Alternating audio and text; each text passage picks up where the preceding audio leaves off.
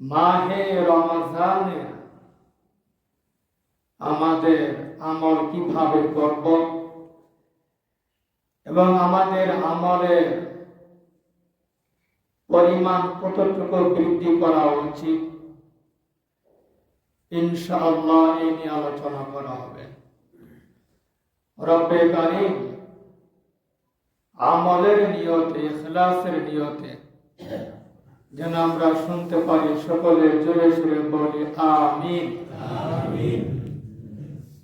হাদিসের মধ্যে আসছে শাবান মাসের তারিখগুলো হিসাব করে রাখা। এই ফিতনার জামানায় যে মানুষটা শাবান মাসের তারিখগুলো হিসাব রাখবে সে 100 শহীদের সওয়াব পাবে। সকলে জোরে সুরে বলি সুবহানাল্লাহ। 100 শহীদ রমজানের খাতিরে।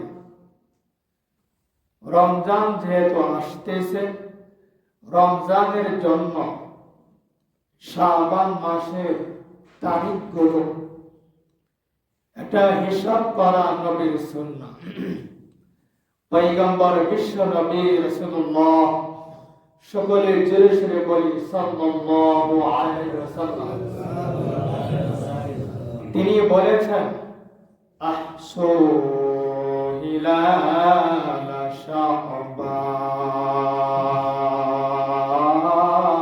শাবান লিরমাদান। তোমরা মাহে রমজানের জন্য শাবান মাসের তারিখগুলো হিসাব করে রাখো।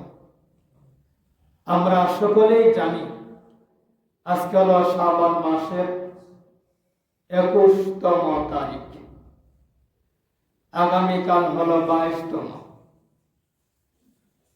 তো ইনশাআল্লাহ আমরা এগুলো হিসাব রাখবো। পয়গম্বর বিশ্ব নবী রাসূলুল্লাহ সাল্লাল্লাহু আলাইহি ওয়াসাল্লাম তিনি বলেছেন 7টা জিনিস হওয়ার আগে আমলের পরিমাণকে বৃদ্ধি করে দাও। 7টা জিনিস। ভাই কটা জিনিস বলেন? 7টা জিনিস। قال رسول الله صلى الله عليه وسلم بادروا بالأعمال سبعا। পয়গম্বর বলেছেন 7টা জিনিস হওয়ার আগেই আমলের পরিমাণকে বৃদ্ধি করে দাও। রব্বে কারীম সুবহানাহু ওয়া তাআলা তিনি কোরআন শরীফের মধ্যে বলেছেন যারা আমল বেশি করে করবে ওয়া আমিলুস সালিহাত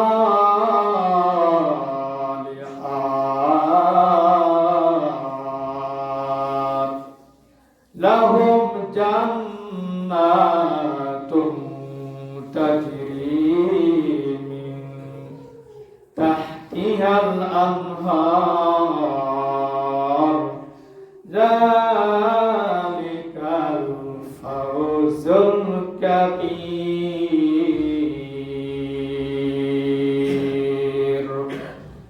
রব্বে কারীম সুবহানাহু ওয়া তাআলা তিনি বলেছেন যারা আমলের পরিমাণকে বৃদ্ধি করে দেবে।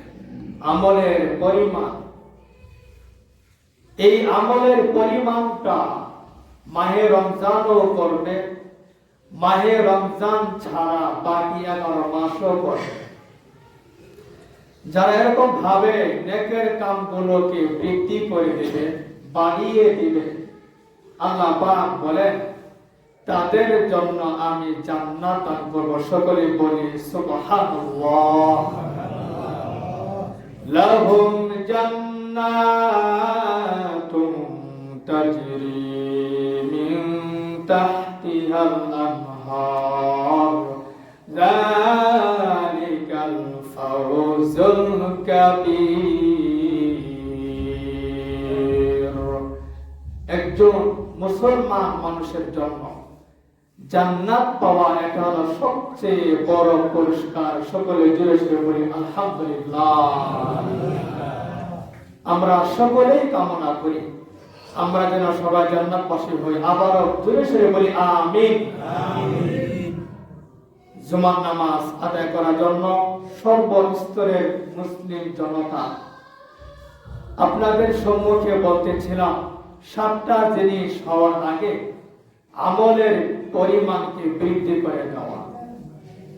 পয়গম্বর তিনি এই কথাটি হাদিসে বলেছেন,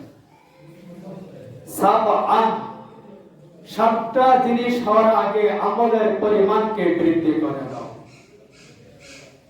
1 নম্বর হলো ইসলাম ধর্মকে ভুলিয়ে যাওয়া গরিব হওয়ার আগে।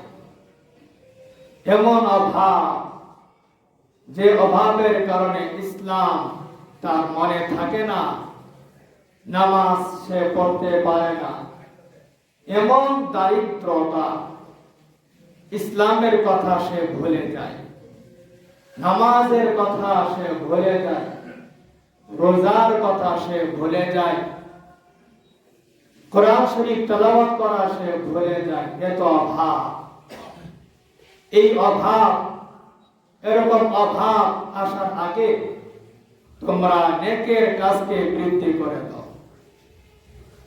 সমাজের মধ্যে দেখবেন কিছু মানুষ আছে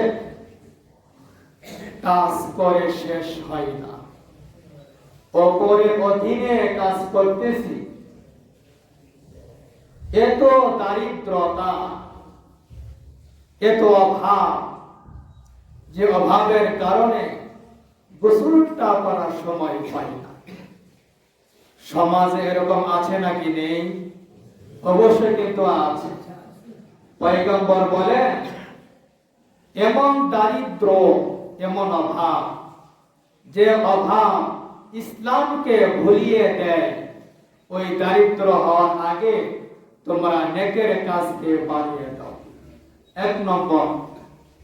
2 নম্বর হলো অবাধ্য ধনাত্ম, এমন ধনী যে ধনী হওয়ার কারণে ইসলামের কথা আর মনে থাকে না, নামাজের কথা আর মনে থাকে না, এরকম আরাম আইশ, এরকম ভাবে জিন্দেগি চলছে যার কারণে ইসলামের কোন নাম নিশানা তার মনে থাকে না।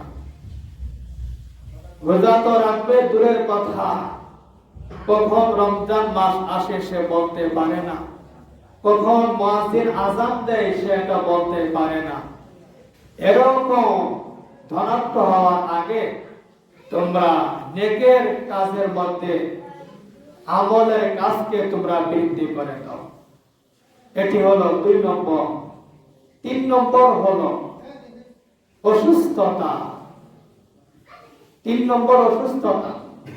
পয়গম্বর বিশ্ব নবী রাসূলুল্লাহ সাল্লাল্লাহু আলাইহি সাল্লাম তিনি বলেছেন যে 3 নম্বর হলো অসুস্থতা।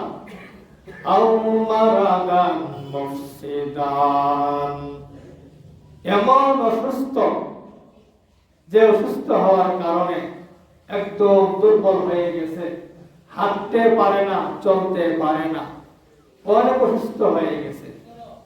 এরকম অসুস্থতা হওয়ার আগে নেকের কাজকে বৃদ্ধি করে দাও। নেকের কাজ খুব বেশি করে করো।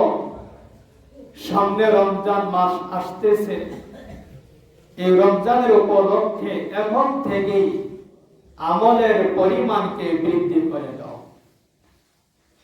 অসুখ হলে অনেক আমল করা যায় না, মন চাইলেও করা যায় না।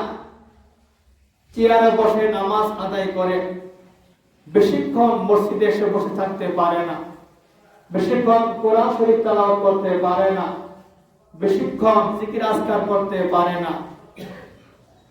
এরকম সমস্যা হওয়ার কারণে পয়গম্বর বলেন যে এরকম অসুস্থতা হওয়ার আগে নেকের কাজকে বৃদ্ধি করে দাও, সুতরাং তাহলে তুমি অবশ্যই সফল হবে। 4 নম্বর হলো পয়গম্বর বলেছেন আও হারামান মুফান্নিদা, আও হারামান মুফান্নিদা। 4 নম্বর হলো যে বার্ধক্য, বৃদ্ধ হয়ে গেছে, বার্ধক্য হয়ে গেছে, 60 বছর হয়ে গেছে, 70 বছর, 80 বছর, 90 বছর, 100 বছর হয়ে গেছে, বুড়ো হয়ে গেছে। বৃদ্ধ হয়ে যাওয়ার কারণে অনেক আমল করা যায় না। তো বৃদ্ধ হওয়ার আগে, বার্ধক্য হওয়ার আগে নেকের কাজকে বাড়িয়ে দাও। পয়গম্বর বিশ্বনবী রাসূলুল্লাহ সাল্লাল্লাহু আলাইহি ওয়াসাল্লাম বলেন, মানুষ মনে করে আমার বয়স এখন কম, এখন ভালো কাজ করব না, যখন বৃদ্ধ হব ওই সময় ভালো কাজ করব, নেকের কাজ করব। পয়গম্বর বলেন, না না না, বার্ধক্য পৌঁছার আগে তুমি নেকের কাজগুলো বৃদ্ধি করে দাও, সওয়াবের কাজগুলো তুমি বৃদ্ধি করে দাও। আসন্ন রমজান মাসে রোজাগুলো রাখার জন্য হিম্মত করে নাও। কত যুবক মাহে রমজান রোজা রাখে না। পিতা মা বলে রোজা রাখলে স্বাস্থ্য সমস্যা হয়ে যাবে, রোজা রাখিস না, এখন রোজা রাখার বয়স হয় না। অথচ তার বয়স 13, 14, 15 বছর হয়ে গেছে। যার উপর নামাজ ফরজ, তার উপর রোজাও ফরজ। সুতরাং রোজাগুলো বসে আদায় করতে হবে। পয়গম্বর বলেন, 7টা জিনিস হওয়ার আগে তোমরা নেকের কাজকে বৃদ্ধি করে দাও। আও মাউতান মুজহিজান, আও মাউতান মুজহিজান, হঠাৎ মৃত্যু হওয়ার আগে তুমি নেকের কাজকে বানিয়ে দাও। রাস্তা দিয়ে যাইতেছেন, অ্যাক্সিডেন্টে মারা গেলেন, হঠাৎ মৃত্যু, তওবা করাও সে সময় পাইল না, কোন নেকের কাজ করাও সে সময় পাইল না। গোসল করতেছে, ডুবন্ত অবস্থায় মারা গেছে, হঠাৎ মৃত্যু। সাঁতার জানে না, পানির মধ্যে নামার কারণে মারা গেলেন, না হলো হঠাৎ মৃত্যু। পয়গম্বর বলেন, আও মাউতান মুজহিজান, হঠাৎ মৃত্যু আসার আগে নেকের কাজকে বৃদ্ধি করে দাও। অনেকেই মনে করতে পারে, অনেকেই ভাবতে পারে, এই বছর রমজান মাসে রোজা রাখবো না, আগামী বছর রমজানে রোজা রাখবো। জুমার নামাজটা পড়তেছে, জানাজা যেহেতু আছে, আসরের নামাজ আর খুঁজে পাওয়া যাবে না। আমি সচক্ষে দেখেছি, মায়ের কবরটা দিয়ে আসলো, আর বাকি নামাজগুলো খবর নাই। ও যুবক, বৃদ্ধ বাবা হাজি, যারা জুমার নামাজ পড়ার জন্য আসছেন, সবাইকে বলতেছি, কয়েকদিন আগের ঘটনা, আজকে হলো 21শে ফেব্রুয়ারি, আন্তর্জাতিক মাতৃভাষা দিবস। এর উপলক্ষে এক যুবক বিবাহ করবে, আজকে তার ডেট। পয়গম্বর বলেন, আও মাউতান মুজহিজান, ও যুবক ভাইরা, হবিগঞ্জের দিকে তাকাও, সিলেটের হবিগঞ্জ। এটা বর্তমানের ঘটনা বলতেছি কি, আজকে তার বিবাহের কথা ছিল, বিবাহ করবে বলে কাপড় সাবান হয়েছে, মানুষকে দাওয়াত দেওয়া হয়েছে, হঠাৎ মৃত্যু, যুবকের মৃত্যু হয়ে গেল, বাইক অ্যাক্সিডেন্ট করে সে মারা গেল। ইহা হাম সব মুসাফির হ্যায়, কবর ঠিকানা, ইহা হাম সব মুসাফির হ্যায়, কবর ठिकाना, कोई आगे रवाना है, कोई पीछे रवाना, कोई आगे रवाना है, कोई पीछे रवाना। ও যুবক বর্তমানের ঘটনা বলতেছি। 21শে ফেব্রুয়ারি তার বিবাহের ডেট ছিল। সে মোটর সাইকেলে বাইক অ্যাক্সিডেন্ট করে মারা গেল। এর নাম হলো হারামান মুজিজান, হঠাৎ মৃত্যু। কিসের জন্য এরকম ভাবে? আজ আমল নয় কাল আমল করব, আজকে নামাজ নয় কাল থেকে নামাজ পড়ব, আজকে রমজানের রোজা রাখবো না, আগামী বছর রমজানের রোজা রাখবো, আজকে বয়ান শুনবো না, আগামী দিন বয়ান শুনবো, আজকে কোরআন শরীফ তেলাওয়াত শুদ্ধ করা শিখবো না, আগামী দিন কোরআন শরীফ তেলাওয়াত করা শুদ্ধ করা শিখবো। ও আমার ভাইরা, এই আশা নিয়ে যদি থাকতে চান তাহলে জীবনের গ্যারান্টি দিয়ে থাকতে হবে।